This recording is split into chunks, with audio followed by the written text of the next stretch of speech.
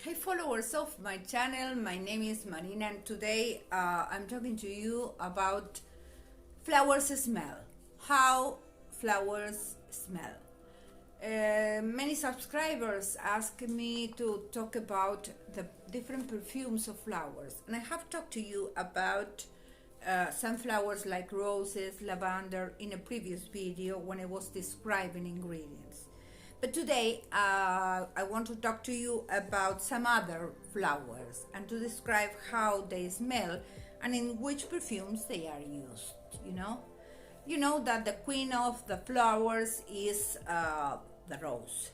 The rose is considered the queen of the flowers, and when it appears, the rose bud is a little bit acid, sweet but acid, a little bit citric, and when the roses becomes mature, it has a different body.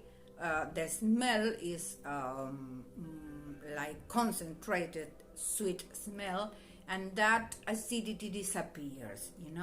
Many perfumes use flowers, and I will not give you the list of perfumes that include flowers because I don't want to talk so many minutes. And now I will begin with the Magnolia blossom, which is a tree, a very big tree with an ancient tree that it is proved has survived for 3 million years. I beg you pardon because I have my glasses with me, but there are some details I don't want to forget, and I have taken notes to be able to describe you how the flowers smell, to describe you the flowers. This Magnolia blossom is an enormous flower because it was prepared to attract huge bugs. There are many scientific proofs that this plant has existed for more than 3 million years, as I told you.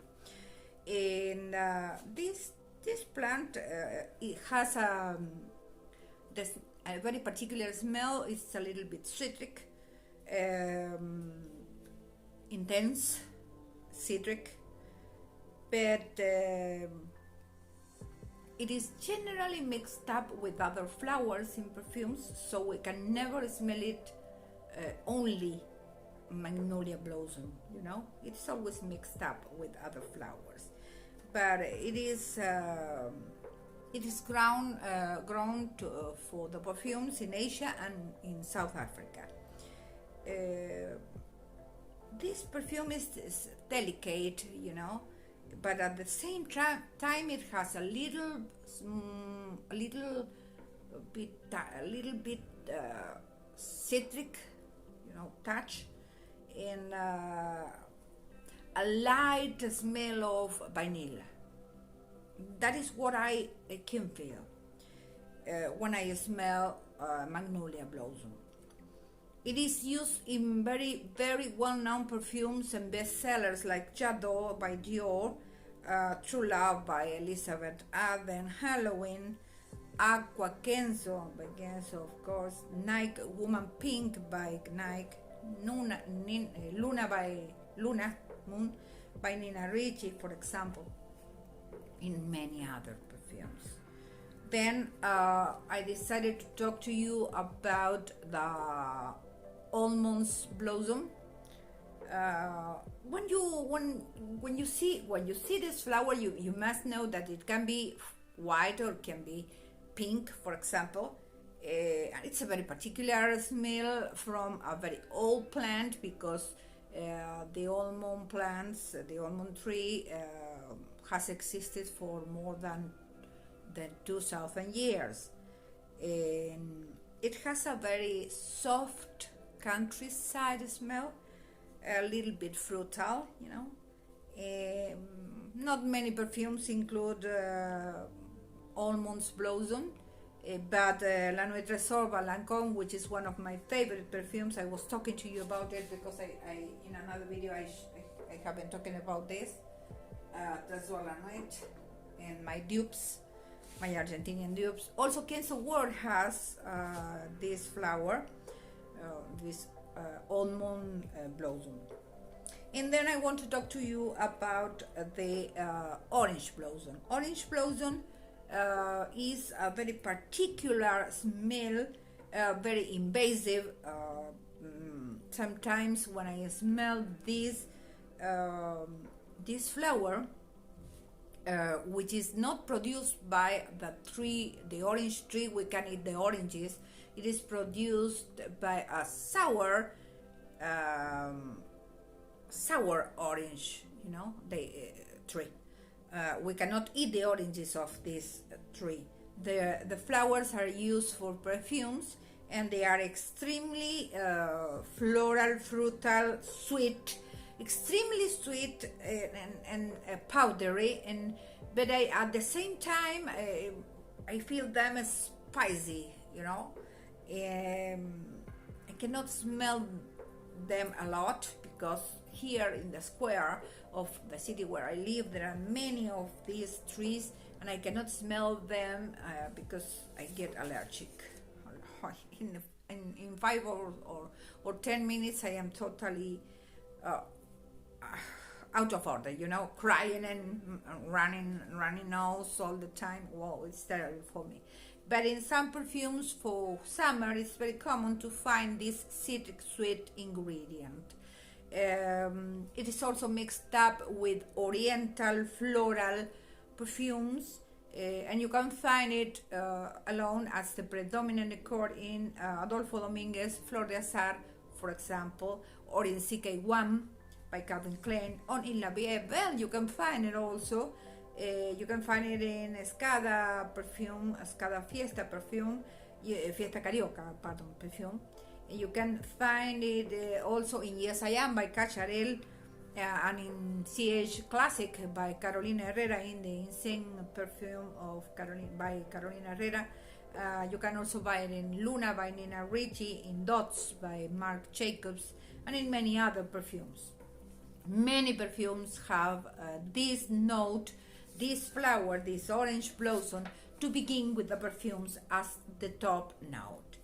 And then I wanted to talk to you about Gardenias, or as we call in Argentina, Jasmine del Cabo, which is the flower I like most.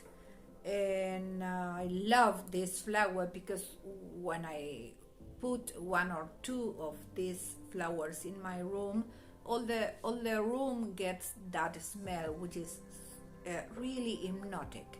I always say that the perfume that the Gardenias have is hypnotic and addictive. Sweet, soft, balsamic, powdery, fruital, a little touch of sweet, soft touch. But it's really delicious, like many tropical flowers. It's really delicious. And many perfumes have gardenias in its ingredients, generally in the beginning of the perfume or in the middle notes of the perfume. And then talking about white jasmine, which is another jasmine different from Jasmine del Cabo in Argentina, which is a small flower, a lot smaller than the gardenia's flower. There are many kinds of white jasmines. There is also a jasmine called sandbag jasmine, and the smell of this jasmine is very strong, heavy, totally heavy.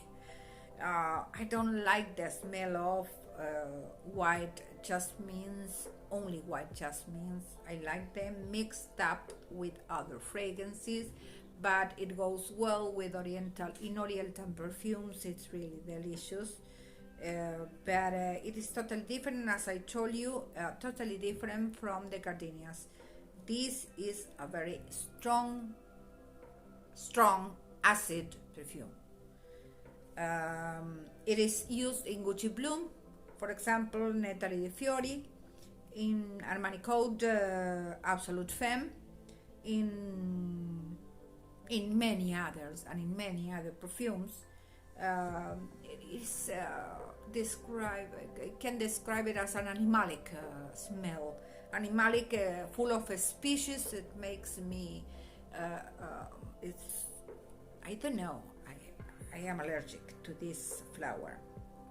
I have a plant in my institute, and when the spring comes and the jasmine blossoms, I have to close up the window because in 10 minutes I am totally allergic. And the sandbag jasmine is also stronger than this one, stronger than the white common one. And then I wanted to talk to you about daffodils. Daffodils, well, you must know that there are 11 different types of daffodils, from white to yellow. I don't like daffodils alone, to tell you the truth. I just like them in perfumes, because if I have to smell them, I don't know why, I feel a very strong smell that I really don't like. I don't enjoy it, you know. If I had to describe this perfume, I have some bad memories. I don't like daffodils, you know. I don't want to explain too much about this, but it's a very, how can I say, a very invasive perfume. Invasive is heavy perfume, which is not sweet. Not sweet. It is strange because it is not sweet and not bitter. It is in the middle, but it is very strong, and it really reminds me the smell of bad flowers in cemeteries, you know. That is why I don't like them. But when they are used in perfumes, they are very well used in perfumes, and they are really delicious.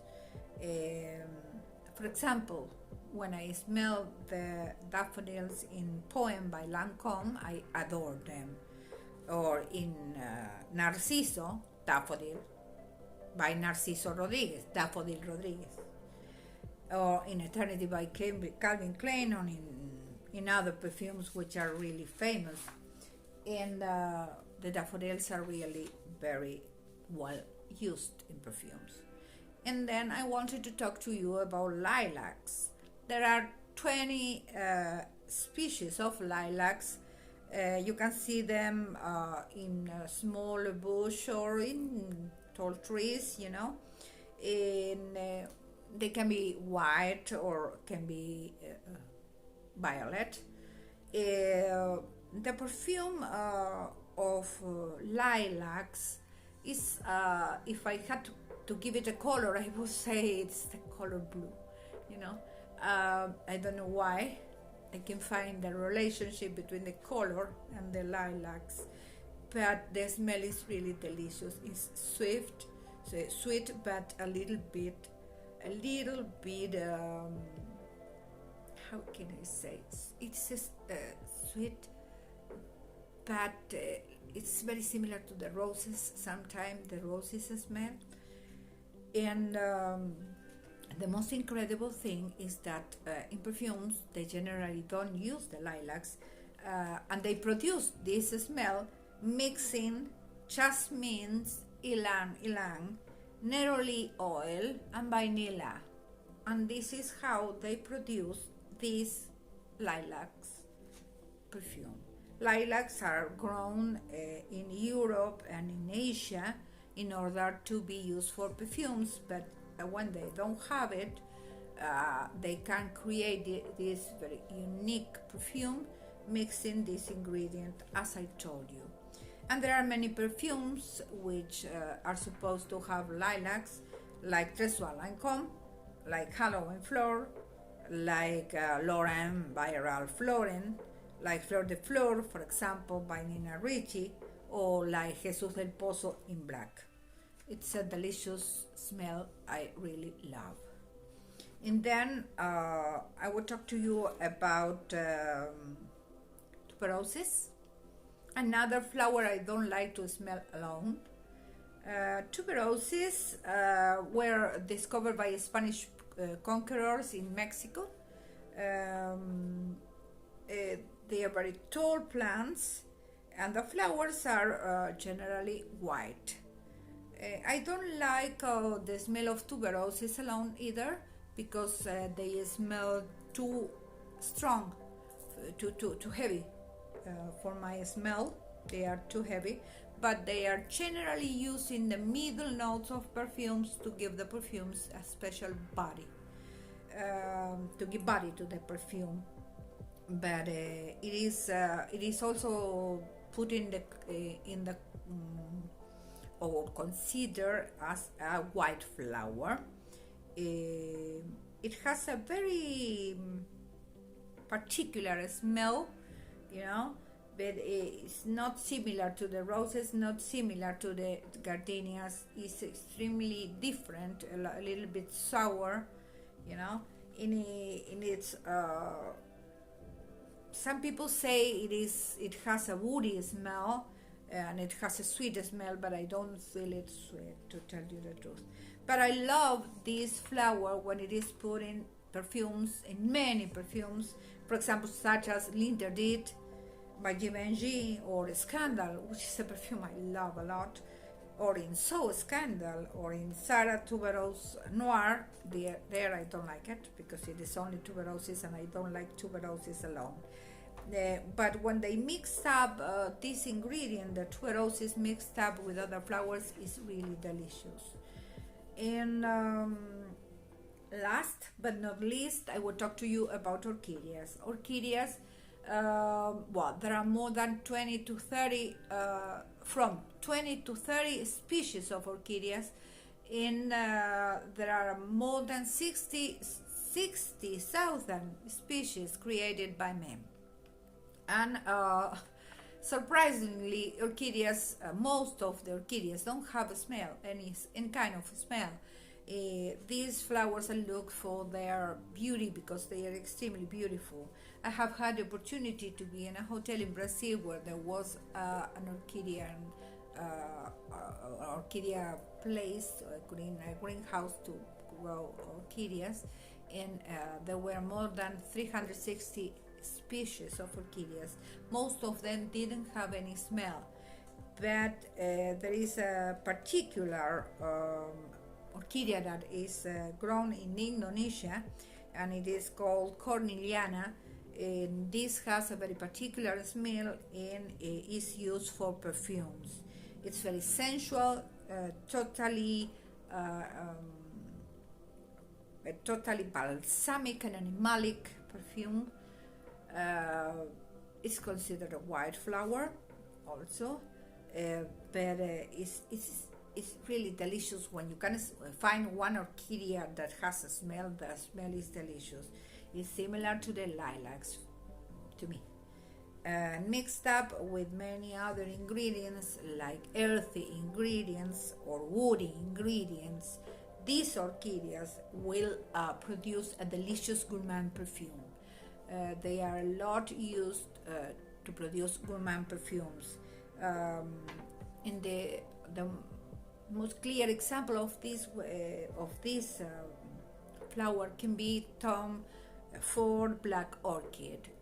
There he uses the black orchid, as the perfume says, or Hypnotic Poison, or Hypnotic Poison by Dior, or in Flower Bomb by Victor and Rolf, my favorite perfume, or in Euphoria Forbidden by Calvin Klein, and in many other perfumes.